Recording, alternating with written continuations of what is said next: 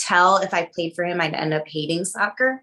And I loved it so much. And fortunately, I went to a college that had an awesome intramural program and pickup soccer. So I still played 5 days a week. Okay. The Flyers for women's rugby, they already had men's rugby. They were trying to start a women's team. And I was like, I'd rather love soccer and keep playing it for fun, and then just give something else a try. Okay. It is interesting because we've had a few guests that switch sports or switch whatever activity they were doing. We had a young lady on the show. She runs track at NC State. She started off as a dancer, but when she and her family moved to another state, she just picked up track and field by chance. So people make the switch sometimes to something else. Yeah. Now, what came first for you, Shaylin? A passion for fitness or kind of like an interest in getting into law enforcement? So I started playing, I played soccer since I was 4. I was a gymnast when I was 3. So I always played sports. And even like in the summer, if I wasn't playing a sport when I was like younger, before you would play like summer sports, I would still be out in the yard kicking a soccer ball or pitching a softball or doing anything outside and active. So I'd say my love of fitness was always there. Excellent. And going into, obviously going into law enforcement, what would you describe as far as, self-care, overall wellness? Like, how would you say, is it like something that a lot of people are aware of, or it's still a work in progress, at least in law enforcement? I think it's gotten noticeably better. I've been in the field for 9 years now. And I'd say in that 9 years, just as a society, we're more open to it. And that has carried over somewhat into military law enforcement.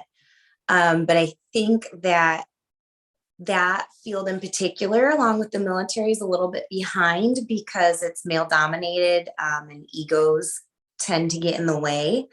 And it's really difficult for some people to admit if they do need help, no matter how many times you tell them it's okay, or that it makes you stronger for asking for help.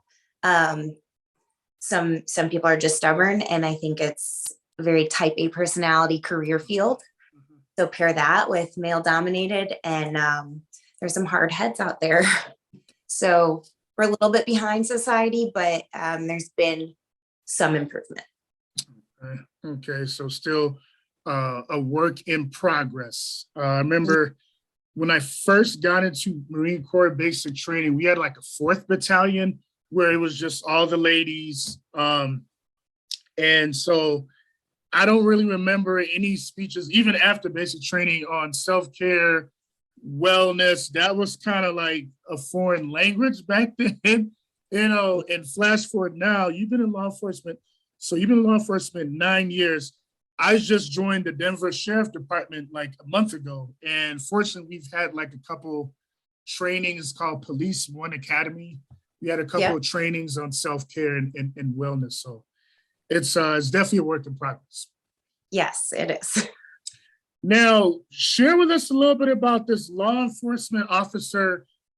Is it like a contest? Is it like a CrossFit event for law enforcement personnel? Break that down for us. I'm guessing you're asking about occupational games. Yes. Okay, so anyone who registered for the CrossFit Open, which just finished up last week, is able to use their hashtag for their employment category if they fall into one of the occupational games categories, which are all service categories. So healthcare, fire, police, military, veterans, I'm missing a couple, EMTs, and teachers, I think, are the other one. So if you are in a profession and you do have to like show either ID or some sort of certificate or something to prove that you're in that profession, then if you're in the top 10% of your profession in the Open, you get an invitation to the occupational games. In the occupational games, last year was the first year they did it. It's an online format. They released 5 workouts. You do them in your gym. You have to have a certified judge and you have to video it. And then they review that video to make sure you performed all your reps. They were all to the standard. And you're ranked on a leaderboard within your profession. So you're not compared to the other professions. It was just the law enforcement category, but it's worldwide. Worldwide. Oh, wow. Yeah, any law enforcement officer in the world, I would compete against any female who registered. Awesome. Now, obviously, I haven't spoken to different athletes and some of our bodybuilders, male and female. They all kind of had like a different perspective on how they feel their body. Now, is your competition meal prep different from like your regular off-season meal prep? For example, you're getting ready for competition, let's say a month out. Is your breakfast, lunch, and dinner looking different from usual? So I base it off of my training. So obviously the amount of calories I'm burning is I want to make sure I'm taking in enough. So in the off season, I was competing 1 to 2 weekends a month. And at those competitions, I don't count my macros. I make sure I'm getting as many carbs as I can stomach. I'm getting enough protein and I'm eating as much as I can essentially. But the training weeks, I was doing 1 or 2 sessions a day. So from then to now I'm doing 3 sessions a day. I bumped up my volume. I went from 2,600 calories a day in my off season to now 3,000 calories a day to account for that additional session. And I'm trying to eat the same things that I would during the week as I would at a competition so that there's no change. The macro breakdown might be slightly different because I might need more carbs at the competition, just because you're doing so many events throughout the day. But if I'm used to eating a bagel beforehand, and I know that goes well for me and that I feel good with that type of fuel, that's what I want to do at my competition. So next weekend's quarterfinals are this coming weekend. So I'm eating my 3,000 calories a day now. And then this coming weekend, I will still eat my 3,000 calories a day. It's going to be roughly the same foods. And I just think that consistency is truly the key to that. Now, Shaylin, we had a young lady from University of Oklahoma. I believe she's a heptathlete. And she was saying that when she first got into college, she kind of got herself into trouble early on because the foods that worked for her in high school competition did not work for her in college competition. Now, did you pretty much reach your meal regimen like through over the course of many years, or did you kind of figure out what are the do's and don'ts, like what foods work for you, what foods are no-nos? I feel like that has been like a work in progress for 10 years and still is. So I went through a spurt where I tried paleo. My body does not respond well to high fat, low carb. And as most people want high carb, low fat anyways. So through trial and error, I have confirmed that works best for me. I feel best with high carb, low fat. If I go too low in my fat, I don't feel great. I love peanut butter, but it's an inflammatory food for me. I don't feel the best. And I had to cut it out to figure out that it's not a great food for me. So I think it's an ongoing trial and error, but I definitely learned a lot in the past years through trial and error. Excellent. Definitely appreciate the insight. And, going towards season 4 of this podcast, I started getting feedback for me to kind of go away from my wheelhouse a little bit, away from basketball, away from football. And some of our student athletes had expressed interest in getting into CrossFit. So you were like the ideal guest on the show. So what is Shaylin Laure's CrossFit Starter Kit? How do you kind of ease someone, a former D1 or D2 athlete, how do you ease them into CrossFit? Because obviously that's a different animal, that's a different beast. It sure is. My first piece of advice and strongest piece of advice is find a gym that has coaches who actually coach. So when you're going to that first class and you're doing a drop-in, there's the coach who's encouraging and upbeat and super nice and wants everyone to do really well. And then there's the coach who maybe isn't as well liked, but is saying, hey, get your weight off your toes and get it onto your heels in that squat. And that's the coach you want, because they're going to keep you safe and teach you the right way so you don't have bad habits. So find a class with a coach who's actually going to correct you. You may walk in there and be the best shape of everyone in that class, but if you have a good coach, they're going to find some way to make you better. So I'd say that's the most important. Right, coaching, someone to push you and challenge you. That corrects you. So an encouraging coach will push and challenge you, but they might be too afraid to correct you if you're already in good shape. Okay. Someone who's not correct you. I'll drop into a class and I tend to know what I'm doing, and I want the coach to correct me still if they see something. But most coaches are too afraid. Okay.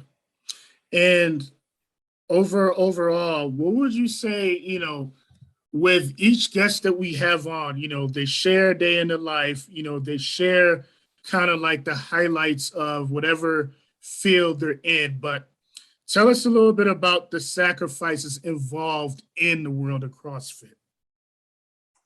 Sacrifices involved. If you want to make it to the next level, which would be the elite level, would be considered semifinals, top 300 athletes in the world. You can't have an off season where you are out of the gym and going wild and not focused on it. If you're a D1, D2 athlete, it's the same thing with your sport. It is, you can always be doing something to get better. And if you're sitting there idle, instead of getting better, you're getting worse. You're going to get better or every day. Appreciate the straightforward input. Now we're going to challenge you a little bit. We're going to ramp things up here. Okay, we're gonna do a little 2-minute drill. I'm gonna name like a certain muscle group or body part, and you will name only just one workout routine that would be ideal. Okay. Oof. And we will start at the 2 minutes. Glutes. Start. Boots? Glutes. Oh, glutes. Barbell hip thrust. Back. Upper back. Ooh, upper back pull-ups. Okay, lower back. Reverse hyper. Legs. Legs in general. Thighs. Okay. Squat. Hamstrings. Hamstrings deadlift. Tries. Dips. Buys. Rope climbs. Lats. Pull-ups. And that was a lot less than the limited time. Okay. That was pretty smooth under pressure. That was pretty smooth. Wow. We are 1 for 3 with this 2-minute drill. That was pretty smooth. Now, Shaylin, if you were kind of sharing your career path with someone that's kind of like looking to make the jump over from not just CrossFit, but to like military or law enforcement, what kind of tips and advice would you have for that person? So law enforcement right now obviously has some political side to it. I would listen to people in a department before you apply. Okay. And see if the leadership is supportive of you. Okay.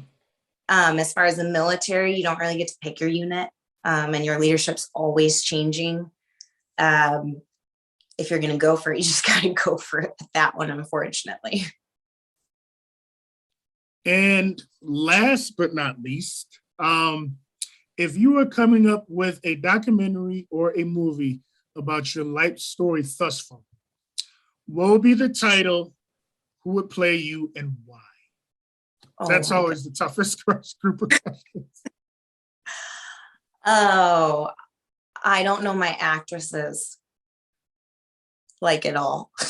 And okay, well, let's just say you're playing your own self. What would be the title? Title. How to overcome adversity. Okay. Okay. And throughout your life, have you had to overcome adversity outside of athletics, or you mainly talking about just strictly sports and athletics? Oh no, career as well. I was one of the first females in the infantry, so there was a lot. Oh, Um, Adversity is what's made me who I am. Every single time that I've had the opportunity to overcome a challenge, I've come out the other side better. And I don't shy away from it anymore. I don't fear it. You got to face it head on, and you will be better on the other side. beautiful, beautiful. And obviously, a lot of us, we don't get to where we're at without running into someone important in our lives or having someone to give us that extra oomph. So who was that in a young Shaylin's life? Oh, I actually did not have a female role model in the beginning or middle part of my life. Unfortunately, there was no female who had taken the path that I took that I knew. But once I got to federal law enforcement, I was on a squad with a woman who had the most incredible career. She's the hardest worker I've ever met in my whole life. And you can tell her no, but she doesn't care. And she has become my role model. She's now running for sheriff after Oh, retiring wow. law enforcement. She's running for sheriff. She's absolutely incredible. And I wish younger me would have known her, since I didn't get to meet her until I was 27 years old. I hope that I can be that role model for some of the younger women because she has made such an impact on me. Well, Shaylin, you're off to a great start now. Military, FBI, CrossFit. I mean, that's nothing to sneeze at. Now, to go a little bit backwards, so you took your ASVAB and then you decided you wanted like 0311 infantry MOS, or what was that thought process like as far as going from testing and choosing a specialization? So I actually, while I was on the road as a police officer, went to a recruiter in 2015 and was interested in becoming an officer in either the Marine Corps or the Army. And they showed me all the possible MOSs, and combat arms wasn't open yet. And I was like, no, I'm good. Thanks. I'm just going to stay a police officer. And then Congress opened infantry in December of that year. So I went back and I was like, hey, I'll take it now that I can be combat arms. So I went in with my heart already set on that. Okay. But as an officer, you go and you commission and you branch at the same time. So you're not guaranteed an MOS. So I had to be at the top of my class in order to get infantry. And if you're not at the top of your class, you're never guaranteed anything. Okay. Okay. Now, what does basic, because I was enlisted. Now, what does basic training look like for officers? There's 3 ways to commission. I can't speak much to ROTC and the Military Academy at West Point. I didn't do either of those. I graduated college and already had my career and then joined. So because I had already graduated college, I started out as an E4 enlisted and went to basic training still. And I commissioned through the 3rd path, which is officer candidate school. So I went basic training, OCS? OCS, commissioned, Okay. branched infantry, and then I went to the infantry basic officer leader course, which any other officer from ROTC or West Point would refer to as their basic. But I did both basic. Well, how would you compare the physical conditioning for that as opposed to physical conditioning for CrossFit? Oh, I went into basic training in phenomenal shape. I took fitness very seriously when I was a local police officer so I could stay safe. I was still playing women's rugby. So I was probably in the best shape of my life for just running and weights, CrossFit stuff aside. And I came out in less good shape because they only had let you PT in the morning. So I lost this there, but a lot of people who went weren't in great shape. So it was very challenging for them. Okay. That's different. That's a first. Okay. So Yeah. it actually sets you a little bit back in your physical conditioning. It did. Interesting. But I feel like military training schools tend to do that for a lot of people because they take up so much of your time. Obviously, basic training, it's 24/7. You don't get any time off. But military schools, generally, you get there in the morning for PT and 12 hours later, you're getting home and you're exhausted. So I think that's quite common for people who are already in shape to lose some of that fitness and TRADOC or the training portion of the military. Shaylin, I want to thank you for taking time out of your schedule. You kind of gave us a best of two worlds, not just speaking on CrossFit and fitness, but also kind of like a career day as well. Continual blessings and continual success for my fellow Michigander. Thank you so much. Thank you. It's been a pleasure. Likewise. Take care, Shaylin. You as well.